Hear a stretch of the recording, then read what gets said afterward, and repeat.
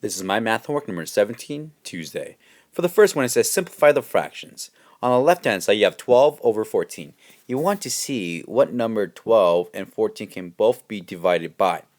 So you think about 12 and 14. 2 can work because 2 can go into 12 and 14. And let's see, 3 can go into 12, but 3 cannot go into 14. 4 can go into 12, but 4 cannot go into 14. So I think it's just going to be 2. So you want to divide the numerator and the denominator by 2. That will make it 6 out of 7. So then 6 sevenths is equal to 12 fourteenths. For the other side, 20 over 8, you want to divide both numbers by, I think 4 would be the better choice. You could do 2. 2 would work, but 4 would be better because 20 divided by 4 gives you 5, and 8 divided by 4 gives you 2. Now this is called an improper fraction. So the way you want to read this is 5 is being divided by 2. So if you want to do it in your head, you know that 2 can go into 5 twice because it goes 2, 4. That leaves 1 left out of 2. So the final answer would be 2 and 1/2. That's how you change an improper fraction to a mixed number. 5 divided by 2. For the second one, it says find the product. I'm just going to imagine that this is 822 times 65. And then we'll put the decimal back in. If you do this strategy, you have to remember put the decimal back in, and it has to go in the right location. 5 times 2 is 10, carry the 1. 5 times 2 is 10, add 1 makes 11, carry the 1. 5 times 8 is 40, add 1 makes 41. Let's go and erase these numbers up top. Let's go and cross out our 5, put our 0. 6 times 2 is 12, carry the 1. 6 times 2 is 12, add 1 makes 13, carry the 1. And 6 times 8 is 48, add 1 makes 49. Let's add these partial products together. 0 and 0 makes 0. 1 and 2 makes 3. 1 and 3 makes 4. 4 plus 9 makes 13, carry the 1. 1 plus 4 makes 5. Now we have 1, 2, 3 numbers behind the decimal. So our answer will be right there. Will be 53 and 43 hundredths. You don't need to add the 0. You could if you like, but you can just leave it out. For the next one, it says find the quotient. The first thing we need to do is make our divisor a whole number. You move it to the right once, so that's times 10. And you move the number in the inside 1 time to the right as well, and that's times 10.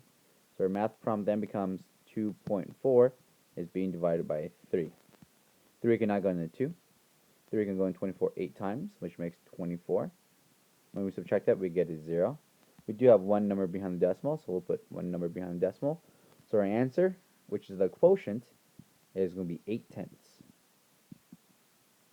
For the next one, it says write greater than, less than, or equal to compare them. The first one is obviously equal to each other. The second one, what we can do is, if you want to make it both out of 15, it'll be times 3. Times 3. As you can tell, that would make it 3/15. So they're equal to each other. 3/15 and 1/5 are equal to each other. For the next one, it says my recipe calls for 2/3 cups of white flour and 2 1/5 cups of whole wheat flour. How much flour do I need in total? So you add those two fractions together. So it'll be 2 1/5 plus 2/3. Our step 1, we need to get a common denominator between 5 and 3. I know they have 15 in common. And then for the top fraction, it'll be times 3 times 3. That will give us 3/15. For the bottom fraction, it'll be times 5 times 5. That will give us 10/15. Now when we add it, we get 13/15. So that's how many cups of flour that we need in total for the recipe. Oh, and I forgot the 2 wholes. So there'll be 2 and 13/15.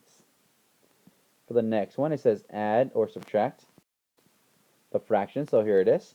For 7/9 and the 2/5, we'll use number 45 because that's what they have in common, 45. We'll do times 5 times 5. That would make it 35. For the right hand side, it'll be times 9 and times 9. That would be 18. Now we'll add 35 on the left side plus the 18 on the right side. That will give us 13, carry the 1, and that will be 53 over 45. Now once again, this is an improper fraction, so the way you want to read it is 53 is being divided by 45. So 53 is being divided by 45. 45 can go into 53 once, so that gives us 1 whole. We'll subtract. That will give us 8. So the answer is going to be 1 whole with 8 left out of 45. For the bottom fraction, we have to do the same thing. It's going to create our equivalent fractions. They both have 40 in common. We'll do times 5 to give us 35. We'll do times 8 to give us 16. When we subtract 35 minus 16, we'll get, let's see, borrow, that gives us 19 over 40, which cannot be simplified, so therefore it's just 19/40.